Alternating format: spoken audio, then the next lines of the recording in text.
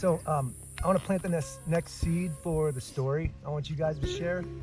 So I'm going to tell you guys a story of a man named Victor Frankel and how he can inspire you to find a superpower that you can carry through life. So Victor Frankel, he lived his adult life in the 1940s. So he was born in the early 1900s.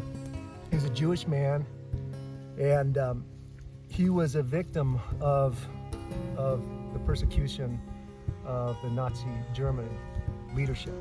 And when he was in his middle of his life, early midlife, his parents, his wife were all put on a train during the height of all that holocaust that happened. And he was shipped off to one of the worst prison camps with the worst reputation, Auschwitz. Some of the greatest deaths, you know, and he wrote about his experience. He survived his experience.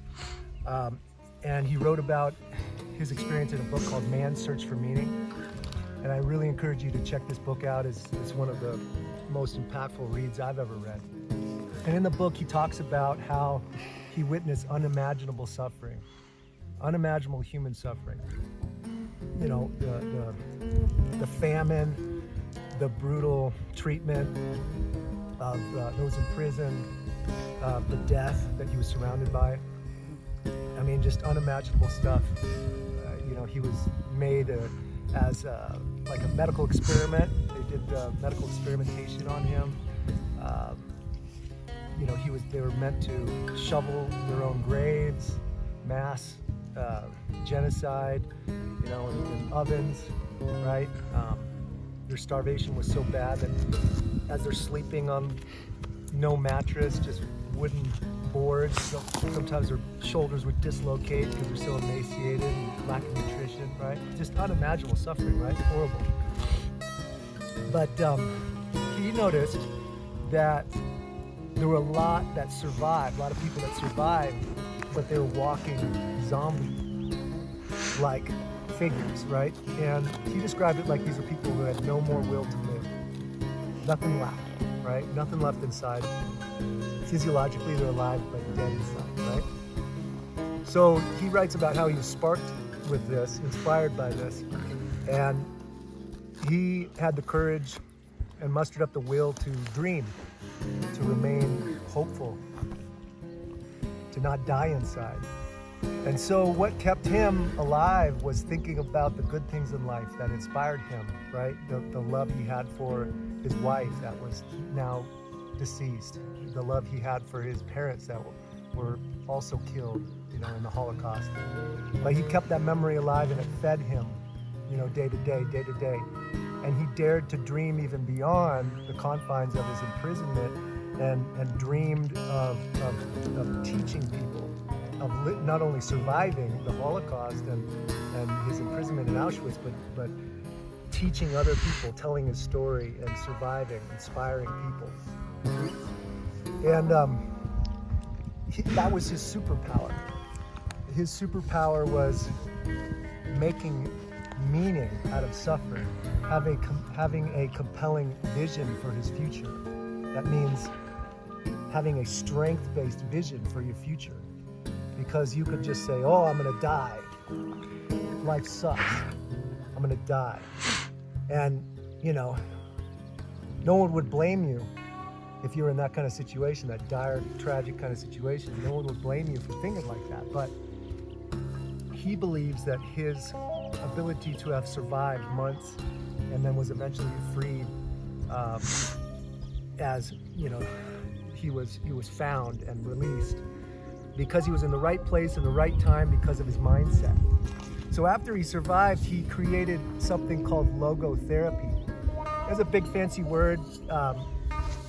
It basically means making meaning out of suffering. Think of logo as, you know, a branding, but the deeper definition of that is, what do you stand for? What's your meaning, right?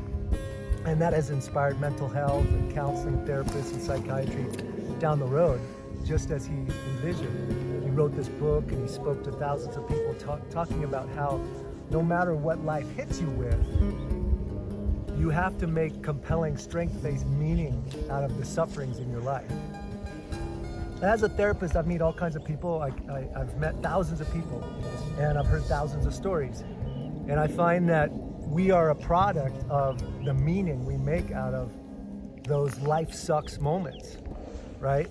And the story we tell ourselves out of those tough moments really determines our character and our trajectory in life in general. See, so many people, they tell themselves, you know, this happened to me and I must have deserved it. It was a horrible thing. Or maybe they tell themselves, I didn't deserve it, right? Or maybe they tell themselves, I wasn't enough, right? Pretty enough, strong enough, rich enough, fast enough, successful enough, enough, right? So they tell themselves that's why they suffered, that's why they got the outcome. Or maybe they tell themselves, well, I just wasn't loved, you know? These are all tragic stories you can tell yourself, and they're not compelling. They don't give you the fuel in life. So this is the superpower, making meaning out of suffering. Let Victor Frankel's extreme example inspire you to make meaning out of any suffering that you have in life. What's your story? What do you carry in life? What do you tell yourself? What do you tell other people? So your seed I want to plant with you, and I want the story to be told around dinner time, is what's a moment in your life where not only you had suffering, but you got a lesson out of that suffering. You made compelling, strength-based meaning out of that suffering. See, it's important not just to get the pain, you got to get the lesson. That's taking it next level. So that's what I want to hear about.